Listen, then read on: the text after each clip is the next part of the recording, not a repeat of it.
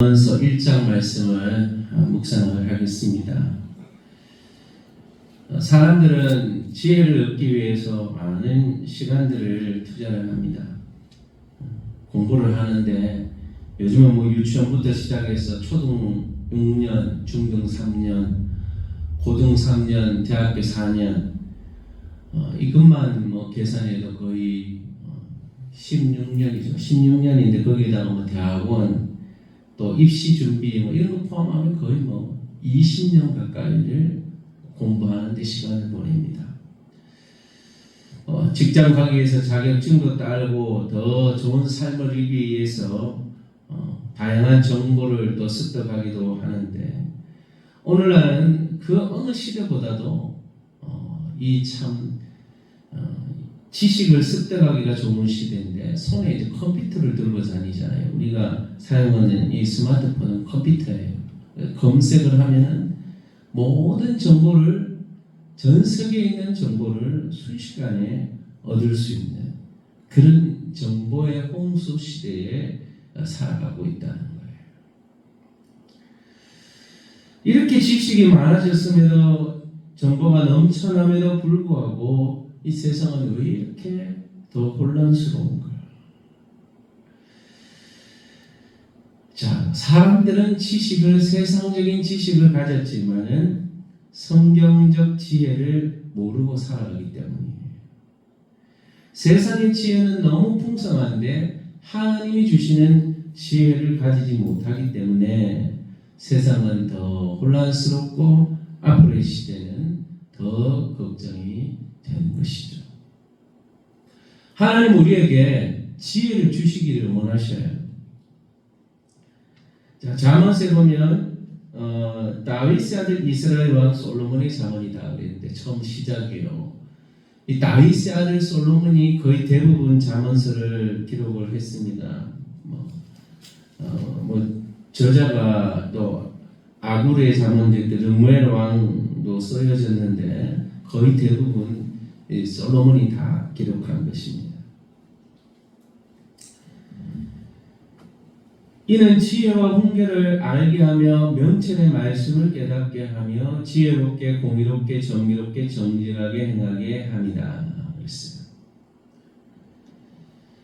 하나님께서는 우리 주의 백성들이 지혜롭게 살기를 원하시는 거예요.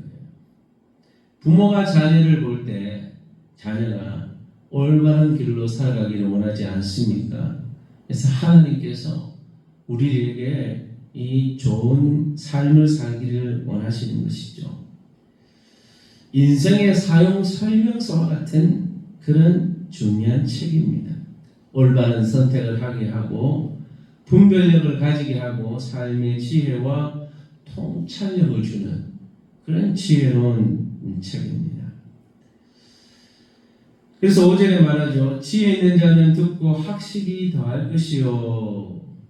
여러분 정말 지혜로운 사람은요 자기가 알고 있다고 생각하지 않습니다. 계속 부족하다고 생각하고 배우고 공부하는 사람이에요.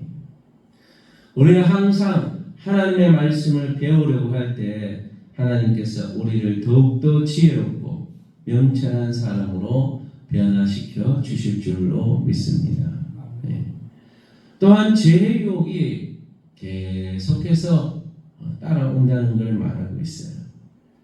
아들아 내 아비의 훈계를 들으며 특별히 악한 친구들의 유혹을 조심하라고 말하고 있어요. 악한 자가 너를 깰지라도 따르지 말며.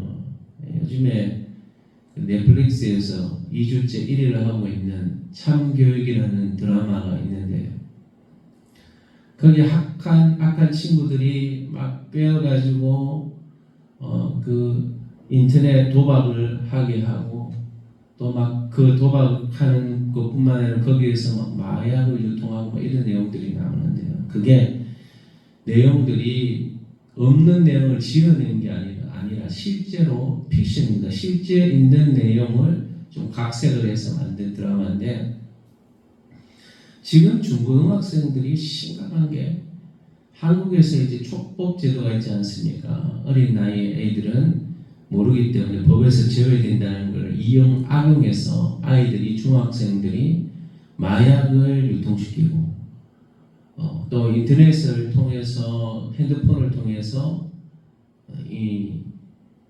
게임을 하는데 이 게임이 그냥 게임이 아니라 돈이 오고 가는 도박이죠. 그래서 빚을 지고 또 그것을 인해서 막 집안이 파산이 나고 온갖 일들이 다 일어나는 세상의 유혹들이 여러분 이 스마트폰이 생기면서 우리가 정보의 홍수의 시대에 살지만은 이것을 통해서 너무 많은 범죄들이 들어오고 쉽게 삶이 무너지게 하는 그런 역할을 하고 있다는 것은 그런 거 아예 따라가지도 말아요.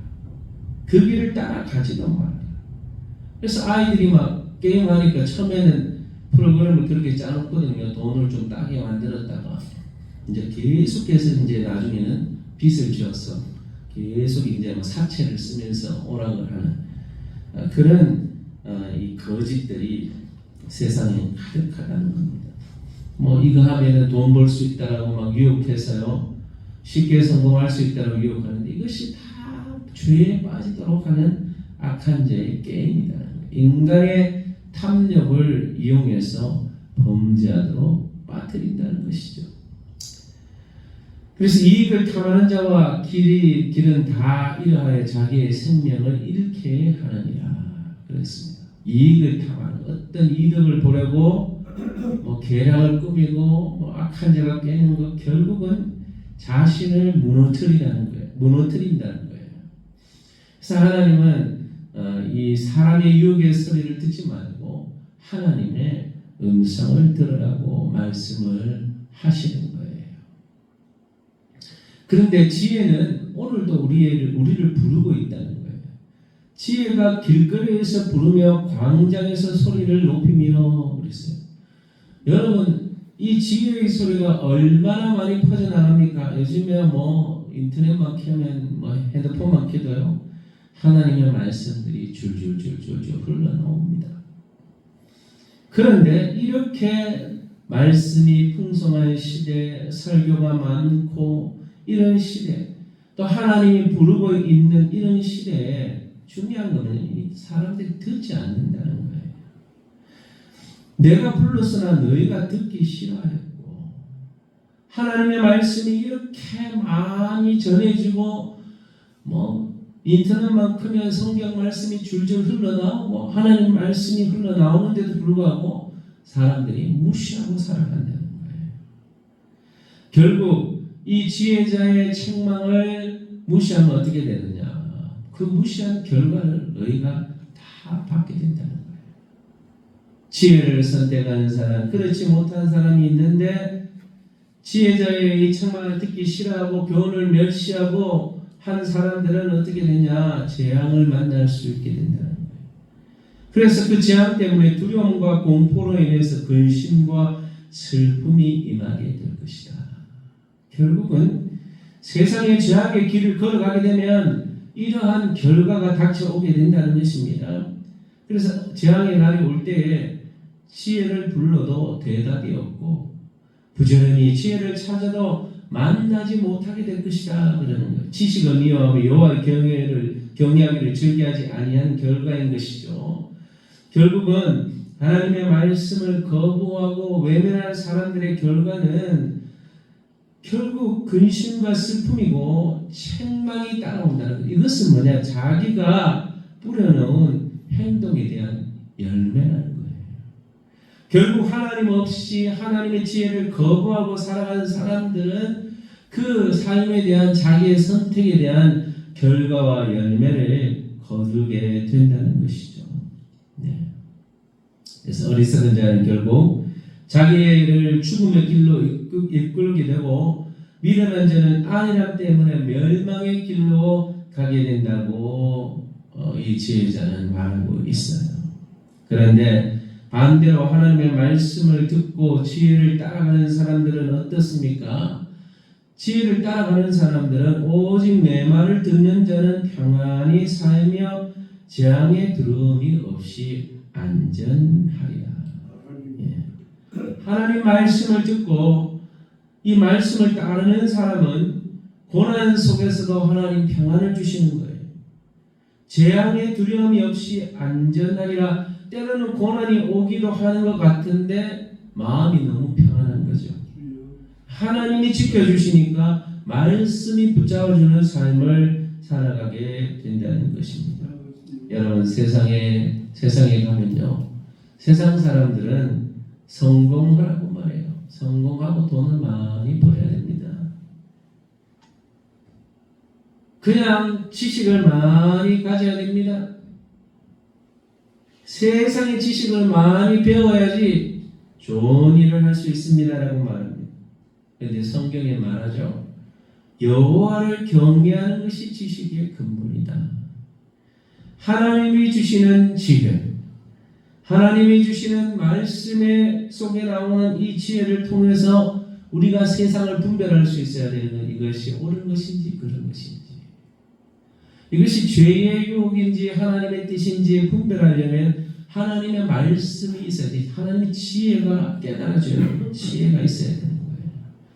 그럴 때 우리가 잘못된 선택을 하지 않게 되는 겁니다. 올바른 선택을 하게 될 때 하나님께서 우리의 삶을 평안하게 하시고 우리의 삶에 하나님이 주시는 은혜와 평강이 넘치는 삶, 두려움이 없이 안전한 삶을 살 수 있는 저와 여러분의 삶이 될 수 있게 되기를 바랍니다.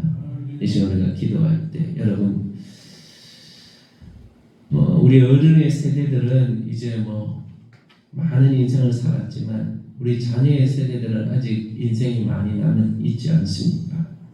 그래서 우리가 자녀들에게 이 지혜의 말씀을 잘 가르쳐야 됩니다. 그리고 자녀들이 하나님 말씀대로 살 수 있도록, 특별히 그 자녀들을 위해서 여러분 기도하시고 여러분 자신이 또 더 지혜롭게 명철한 삶을 결단을 내릴 수 있는 삶을 살도록 기도해 주시고, 우리 섬기는 교회 여러분, 섬기는 교회 민족교회를 붙잡아달라고 기도해 주시고, 여러분 이 나라 이 민족이 왜 이렇습니까? 하나님 찾지 않기 때문에 그렇죠. 정치인들의 마음에 하나님이 없기 때문에 부정과 부패를 행하고 부정선거를 통해서 정권을 탈환하려고 하더니 완전히 악한 죄악인 거죠. 하나님께서 결국은 그 사람들이 죄에 대한 대가를 다 받게 될 겁니다. 그런데 중요한 것은 우리나라 지금 여기서 만약에 저 악한 정권을 가지고 있는 자들에게 다 넘겨준다면 우리나라를 빼앗깁니다. 결국은 다 빼앗기고 국민의 주권도 빼앗기고 자유도 빼앗기고 신앙의 자유도 빼앗기게 될 거예요.